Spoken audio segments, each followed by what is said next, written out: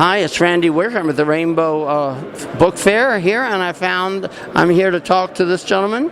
My name is Wolfgang Busch. I represent Art from the Heart Films, which is we produce historic art documentaries about the LGBT community.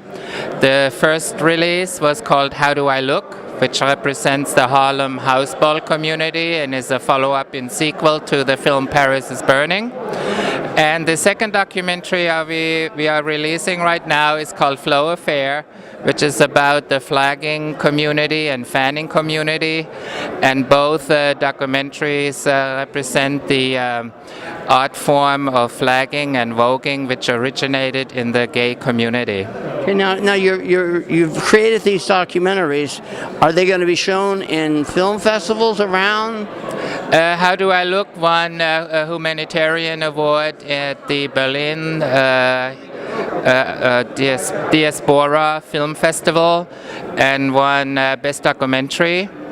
And Flow Affair has been shown only in Brazil, in Sao Paulo Mixed Film Festival, and will be shown next month at the Berlin Film Festival also, yes. You were shown at the Mixed Film Festival, Mix 24 here in New York? Mix Brazil. It's Mix Brazil in Sao Paulo. It's not the New York Festival. It's in Brazil. Because I was very involved with Mix and I didn't see you there. And are these in PAL? Are these DVDs playable in is it not PAL? It's what is it? NTS. Whatever okay. It is. The films are in NTSC. And for film festivals, I also have them in PAL. And how much do these cost? I sell them here for $10.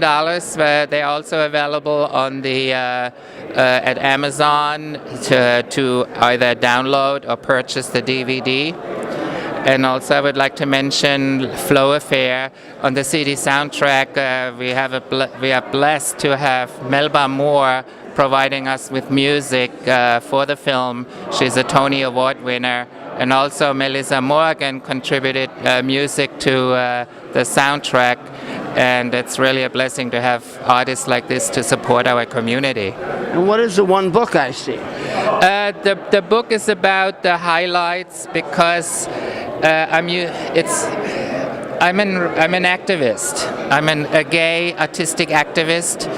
And I've been involved in the gay community for 25 years, and I see the need of an artistic infrastructure because of the exploitation of our talents in the community.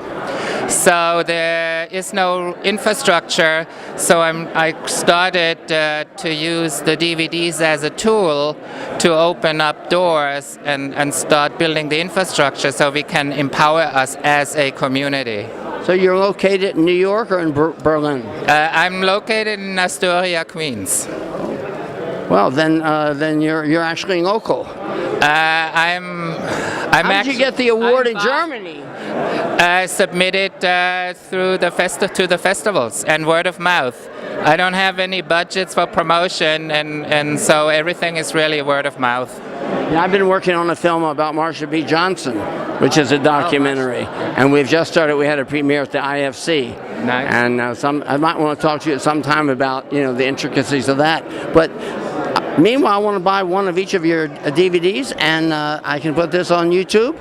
Absolutely, thank you. Thank you. My personal information here: there's a voguing ball coming up when? There's a voguing ball the last Saturday. I'm not sure. It's March. Let me just start over again. Do you know what the? This is just for my information. It's the awards ball. It's in Brooklyn at a place called the Lab. And it's the last weekend of March. Last weekend in March. Called the Lab. The Lab, LAB. And it's the awards ball, and it's going to be a packed house, and You should get your tickets ahead of time online. Or? No, I would just get there around midnight. What do they cost? Anywhere between $30 and $35. What does it go to? That goes towards somebody's pocket, and plus they also give a lot of prizes, like $1,000 for category, $200 for category, because they give out a lot of money. That's how they attract the participants. And but look up Leave It on the Floor, because I'm telling you, it's the greatest voguing movie ever made. It's not voguing, it's the greatest transsexual. I mean, it's absolutely. I call it the sequel to Paris is Burning, not to replace yours. Well, let me explain about how do I look. As you may or may not know, Paris is Burning was completely rejected by the ball community because of its exploitation. Oh. Did you know that? No, I didn't, and I thought it was awfully sad in ways.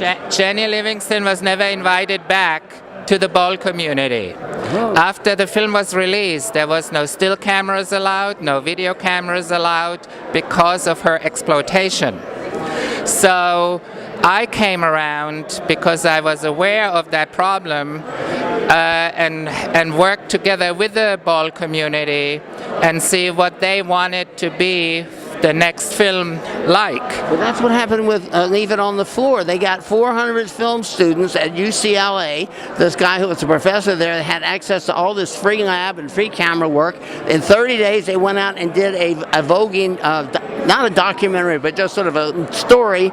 And what happens is they fall in love with these people. You get to know them. Then one of them gets killed, and you have the funeral. And at the funeral, the head of the voguing house gets up and starts talking about the person who was killed by the male name, my son Sean, right? Yeah. And that's what the head of the house begins using the female name, and then the father gets up in the church and been singing, I must stop here, his name was Sean, he was my son. And it's the most brilliant exchange in a church, in a black church, with all the members of the house, the trans house, sitting on one side of the aisle and all the proper family members on the other. Yeah. And it deals with the most important issue of our time, and that's the reality that within the black church there's such they get tied up and go out and vote for some Republican who's going to deny their kids education and opportunity just because they don't approve of gay marriage. So they have their own religious prejudices exploited and are actually tricked into voting against their own interests. Wonderful.